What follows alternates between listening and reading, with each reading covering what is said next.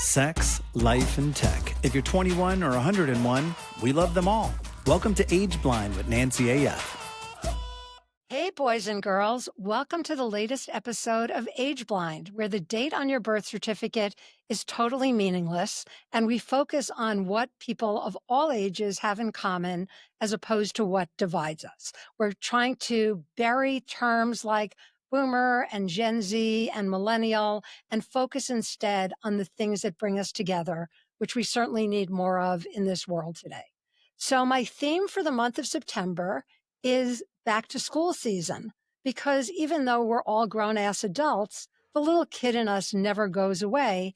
And if we're doing the right thing, we are consistently curious and reinventing ourselves at any age. And so I'm very proud to say that my guest today is actually even a few years older than I am. And those of you who follow me know how old I am. Not that it really matters, but he and I met 22 years ago when we were both fleeing our corporate jobs under a little bit of duress and starting our own thing.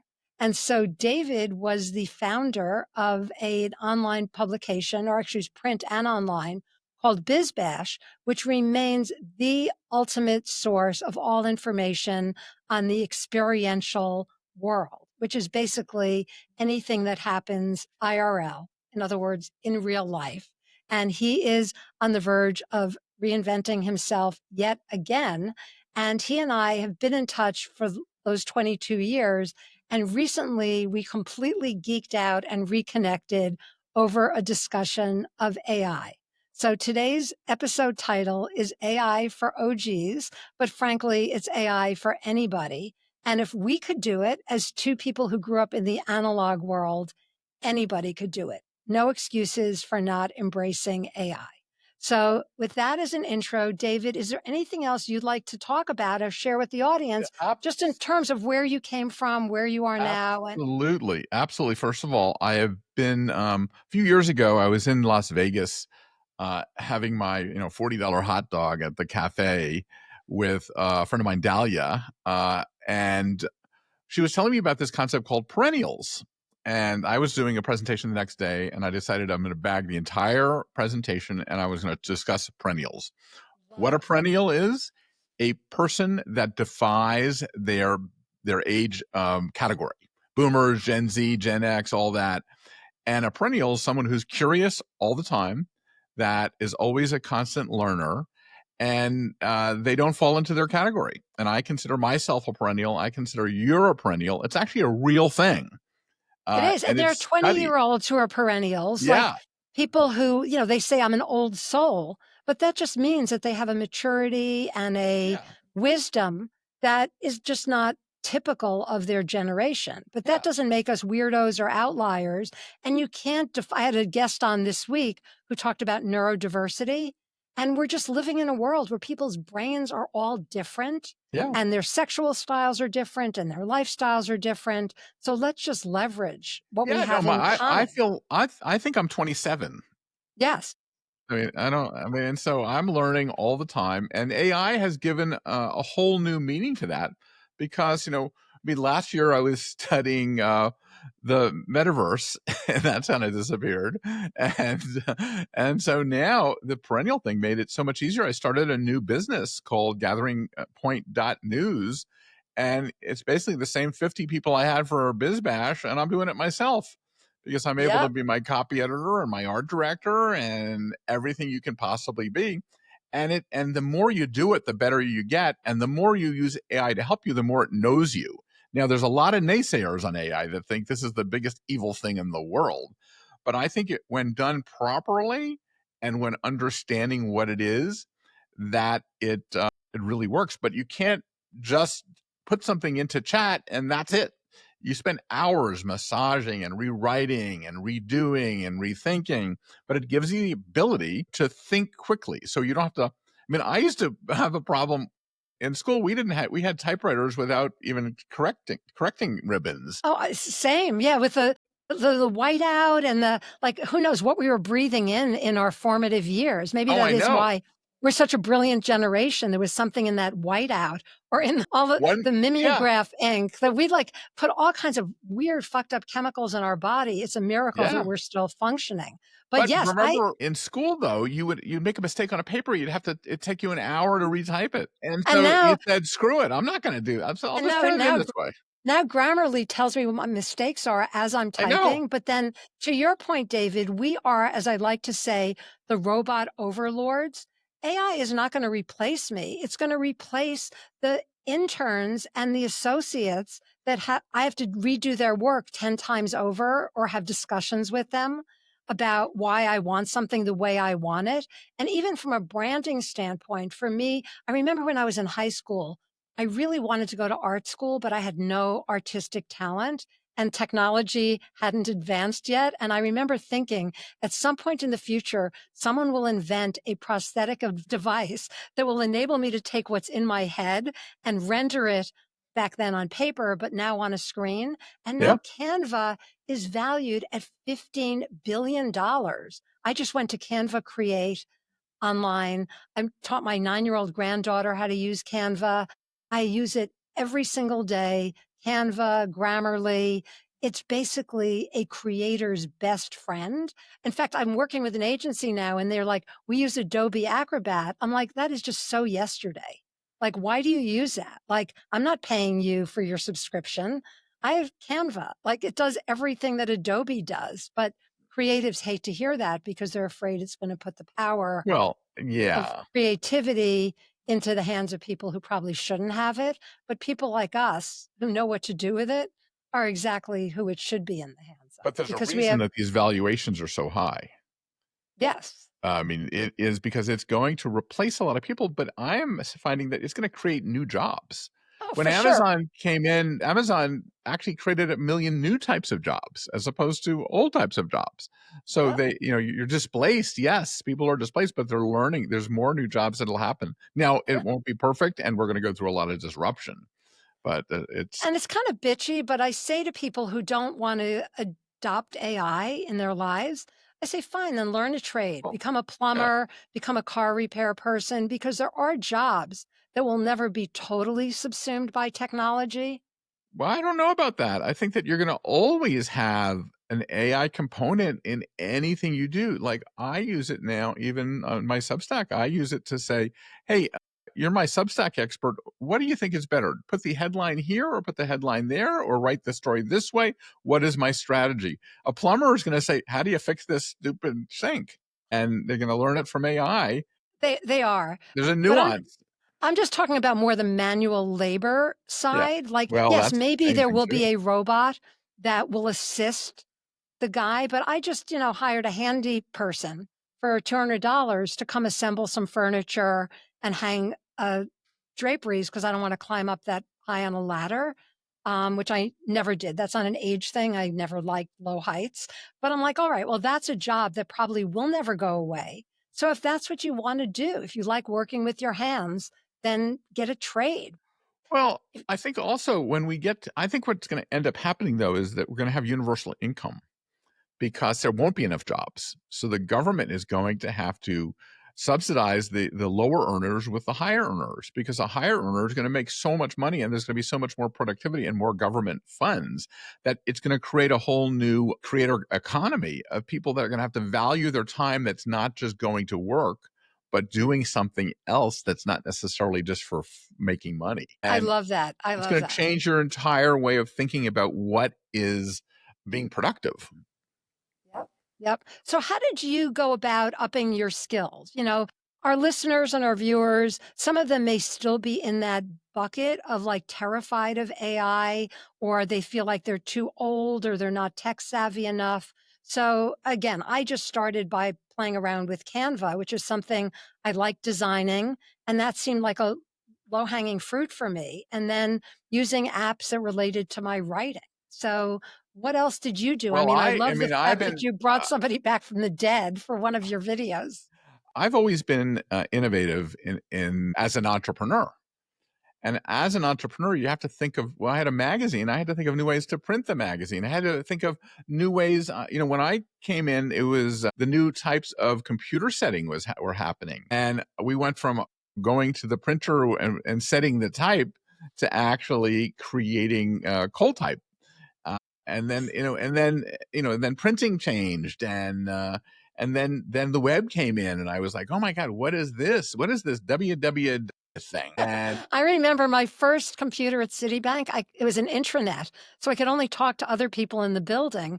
And my friend worked for CompuServe, and they had access to flight schedules. I mean, this does sound like yeah. Jurassic Park. Like, this was not that long ago. This Oh, was in yeah. our lifetimes, where you could see flight schedules, but you couldn't book a flight. It was just like, basically they dumped all of Sabre, which was like the phone book of travel schedules, onto something called the internet, but you couldn't interact. It was just one way. Well, Which was I even so remember I used to go to the banks to cash my check, and then the ATM came around. It was like, oh my God, the ATM, that I don't have to go to a bank to cash my check. I mean, we have seen so much development in our lifetimes. It's amazing. But I think that from the point of view of learning new technology, it's just jumping in and not being afraid of it. And all I mean, right. I Be had I fearless. had the first big computer, the Commodore or something like that. And I had my cell phone was like this big, and the car had a phone. My God, you can put a phone in your car. That was crazy. And And I'm and then going to I answer my next question myself, which is people like us who are, you know, if you want to put us in a bucket, we are boomers, but why we are so uniquely qualified to flex in this AI era is we have seen more evolutions of technology than any other generation to date. We grew up in the analog era, yeah. and then we saw the evolution and we flexed. And as a mother and now grandmother, I had to learn all these other skills in my life, like diapering a baby and recognizing head lice, skills that I would rather have not had.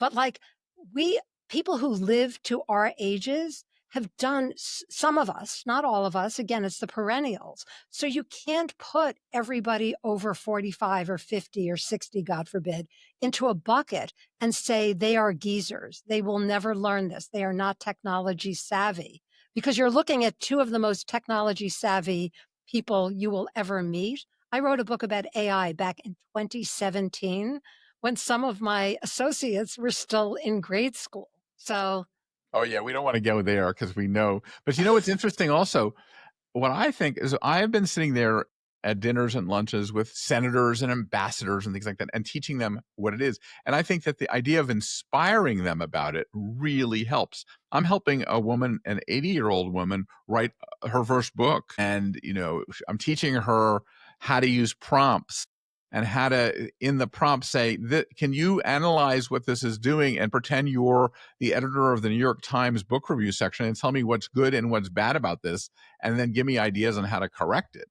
Because what it is, it's a very humbling thing to do, to say, check my work and give me the truth. And that's right. what AI is enabling you to do. That's better than what could happen if you just did it in your own silo. Yeah, and I use it a lot for research. I was writing an article about amusement parks this weekend, and I'm like, oh, let me just, ask. I mean, I don't even have to ask ChatGPT anymore because AI is embedded in the search tools by Yeah. Google. So Yeah. I just said, give me an overview of the history of amusement parks. But then, of course, as a writer and a journalist, I went in and fact checked what it was giving me, and I picked the sources that I thought were most appropriate for my article. So these are things that we've been doing all along, just in the humanoid world. And now we're just, and I hate to use the word replacing because it feeds into the paranoia, but we're replacing human functions with AI functions.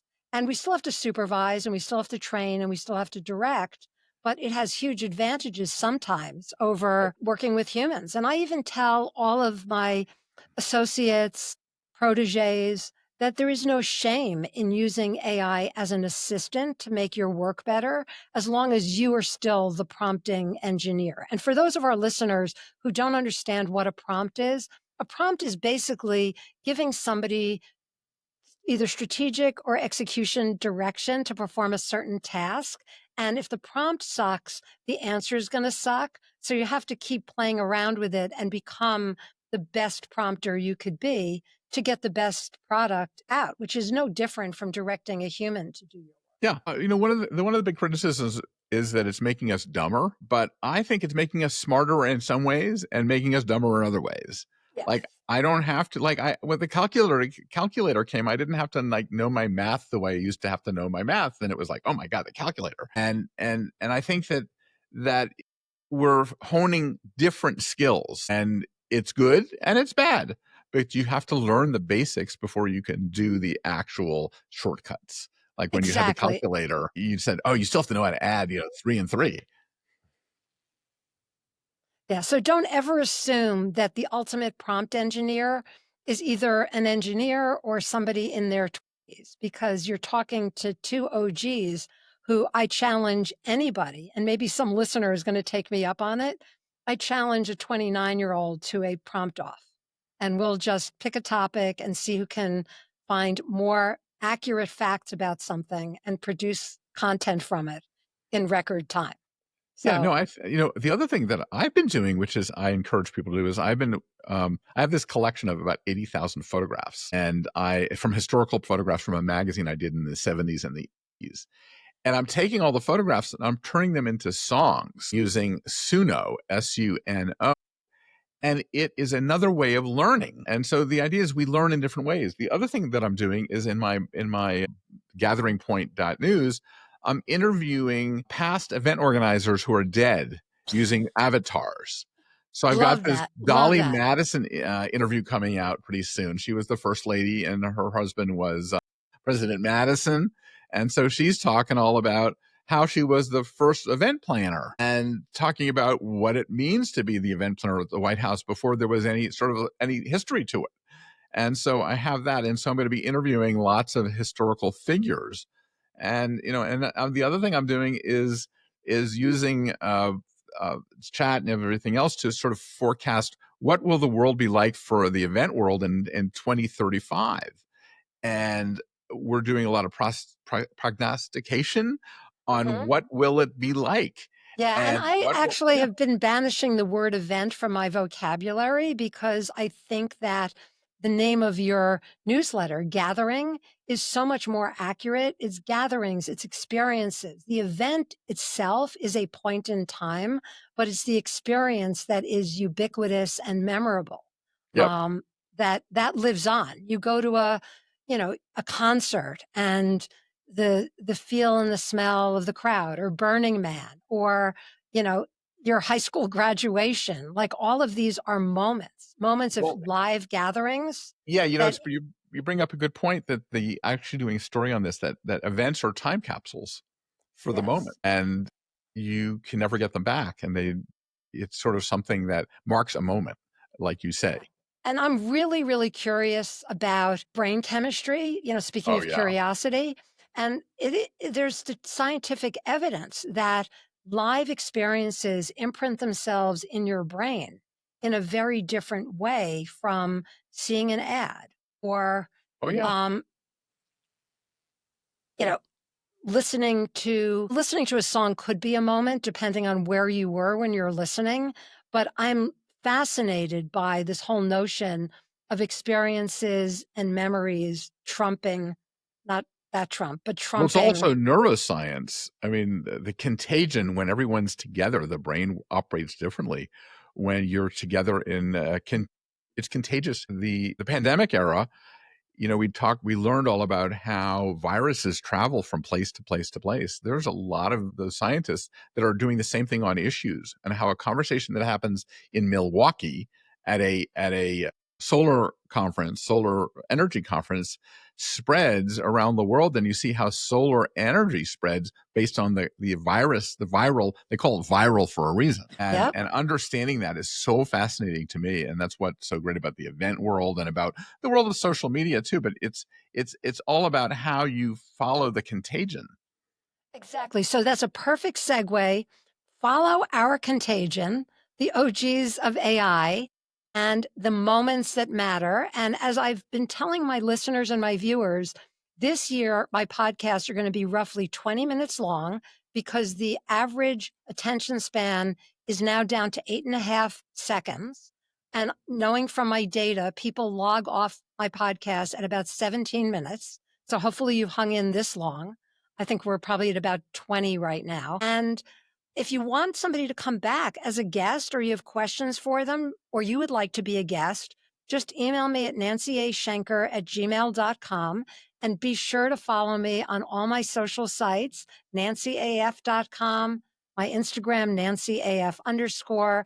And if you go to that page, you'll see my link tree. A link tree is basically just an index to all the stuff that I do and write, and just pick your poison and follow me there. And David, if people want to get a hold of you or follow you or subscribe, where do you want to send them?